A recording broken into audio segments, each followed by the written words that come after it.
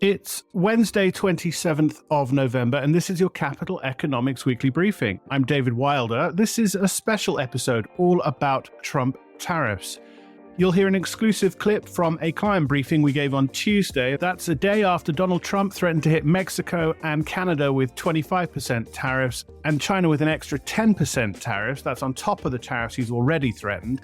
As markets responded to the president-elect's social media post, Group Chief Economist Neil Shearing went online to brief clients with Senior Economic Advisor Vicky Redwood and with Chief Europe Economist Andrew Kenningham. Vicky has a new guide to how tariffs work and how they affect the economy that imposes them and the economies that trade with it. I'll add that and our written response to the tariff threat to the podcast notes, but here's the clip now. It starts with Vicky discussing how likely it is that Trump will follow through on his tariff threats when he's back in office. Well, thinking about whether he'll follow through generally on these tariff threats, we need to think about what is the motivation behind these threats? Why is he threatening tariff increases? Now, if he's got it in mind that he wants to use tariffs to raise revenue, government revenue, or if he's wants to use these tariffs to protect domestic industry, then yes, I imagine he will follow through on this and introduce the tariffs. If his motivation is more using these threats as a bargaining tool, some leverage to try and get countries to agree to specific policy measures, such as reducing illegal migration into the US or illegal drug flows, that sort of thing, then if he gets the concessions he wants, then he might not follow through on these threats. For what it's worth, our working assumption at the moment is that he will introduce the 10% universal tariff that he has spoken about. He will introduce the higher 60% tariff on imported goods from China, and that will probably happen by the sort of second quarter of next year. For now, we're assuming that Mexico and Canada cooperate sufficiently and China cooperates sufficiently to head off the threat of these additional tariffs over and above that. But obviously, we'll have to watch and see how things go. Yeah, we've had several questions, Andrew. I'm going to throw these over to you on how universal some of these tariffs and threats might be. Trump's talked about a 10% universal tariff on all imports to the US. How universal might that tariff be? Will there be carve-outs? Actually, one specific question here too about will likelihood of it applying to oil imports and also whether tariffs apply to just goods or whether it's goods and services, just goods on that question. But what about universal tariffs? How universal will they apply to oil? The short answer is we don't know. Obviously, we're speculating at this point, but certainly seems likely that they will not cover services, even if there is a 10% universal tariff, which is our kind of working assumption. There's been no mention of trying to tax services. They're difficult to tax. So we're assuming they will not be included. There are also very strong arguments from a US point of view, to exclude certain intermediate goods. So I'm sure there'll be lobbies for that. And there'll be others, other companies which have the ear of the president who will lobby for exclusions for their own purposes as well. So that is all very possible.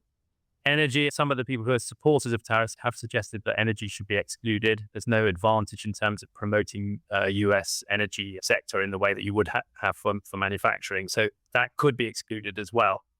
Historically, I think, Neil, you know more about this than me, but the Nixon shock in 1971, I think there was 10% surcharge applied to only about half of all goods, I think. And similarly, way back in the 1930s, the Smoot-Hawley tariff only applied to about half of all goods.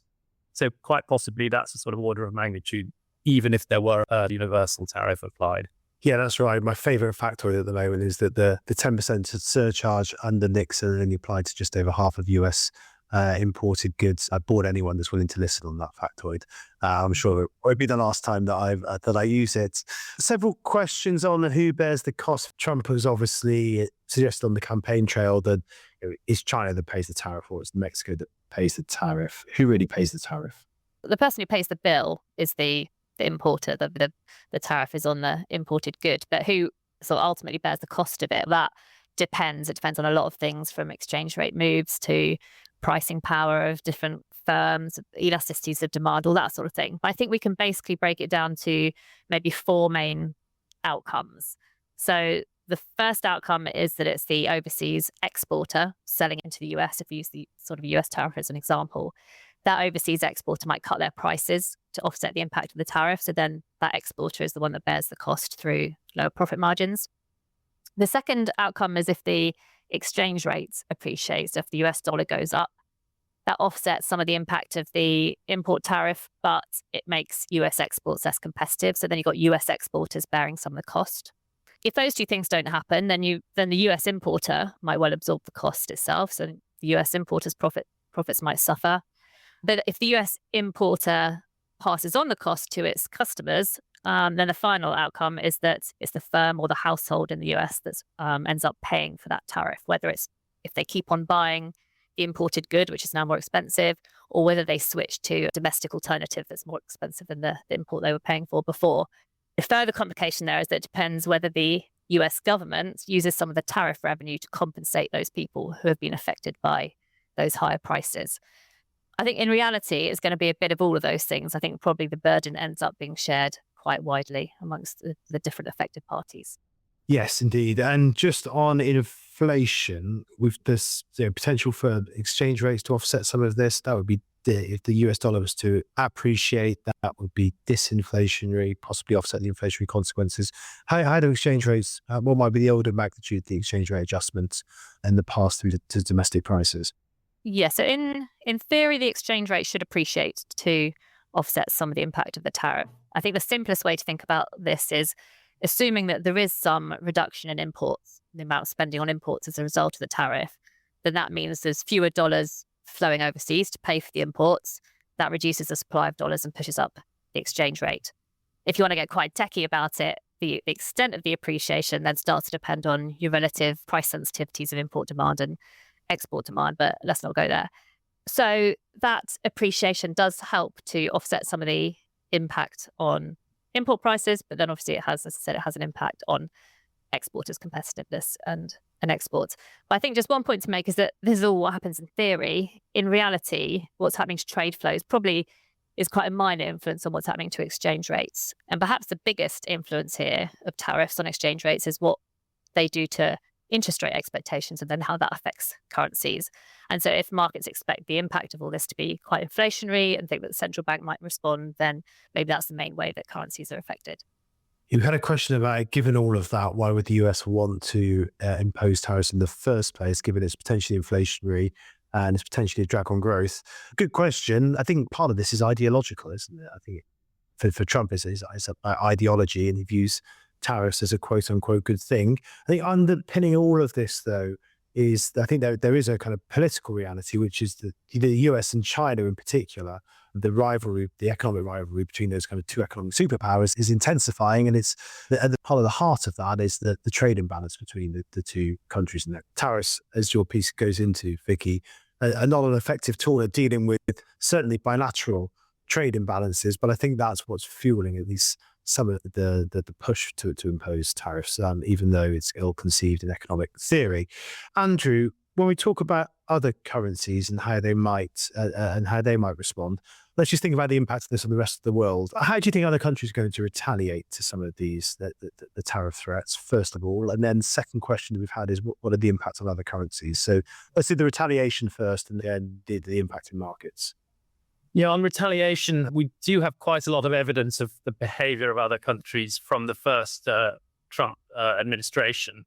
And it seemed pretty clear that the really important other trading partners, the European Union and China, were careful in their response. They were quite moderate on the whole, and they did retaliate, but they retaliated at smaller scale than the US had imposed in terms of the tariffs that they'd imposed on China and Europe.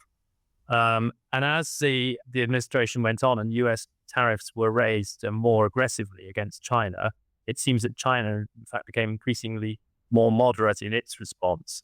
I think that was because other governments learned that they weren't getting any benefit from retaliation. It didn't seem to deter Trump from imposing tariffs. And so therefore, they wanted to make sure they did as little damage to their own economies as possible. And that they also wanted to generally preserve what they could of the global free trade system as it used to exist.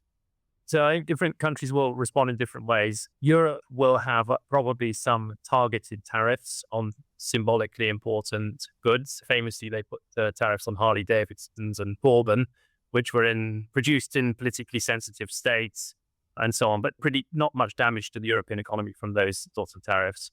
And they will also offer a deal. I think they'll offer to buy more from the US if that can be part of an agreement which persuades the US not to impose such high tariffs. China has similar sorts of tricks up its sleeve. They may, for example, import less soya. That's again, something that they did last time. Overall, I think the key point is that the other countries will make sure that there's not a lurch into a sort of widespread global trade war. In terms of currencies, I think that one way to think about it is that the main thing that's happening is the dollar is appreciating rather than that other currencies are depreciating. And so the impact on a country like the Eurozone or an economy like the Eurozone really depends on how much exposure they have to the US. The US is only 15% of their exports, something of that order. It may affect also trade which is otherwise denominated in dollars, but it's a fraction of the total trade that Europe does. And therefore, even if there's a sort of 5 to 10% depreciation of the euro against the dollar, which we think is possible, we're forecasting parity by the end of next year, that is not a very big effect in terms of the nominal effective exchange rate, so the weighted average exchange rate. And its impact, therefore, on inflation is really likely to be very small. China's a different case. Base case is that the US does actually push through a much bigger tariff on China, sort of 50, 60% figure that they've talked about, or Trump has talked about. If that happened, then we'd see a lot of downward pressure on the renminbi in the markets. But of course, the renminbi is not a freely floating currency, and the People's Bank would intervene to limit the extent of any depreciation. They've got a lot of reasons to do that in terms of financial stability, limiting inflationary effects and confidence hits to China. And also they don't want to provoke a sort of global currency war.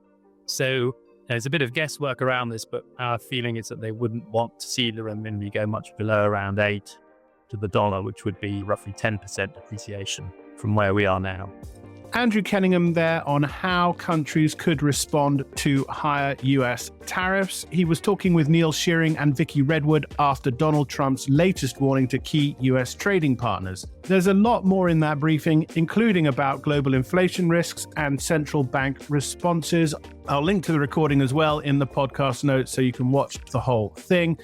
But that's it for now. Neil will be back at the end of this week for our regular dive into the week in macro and markets. I'd put money on us talking more about what's coming when Trump's back in the White House at the end of January. But until next time, goodbye.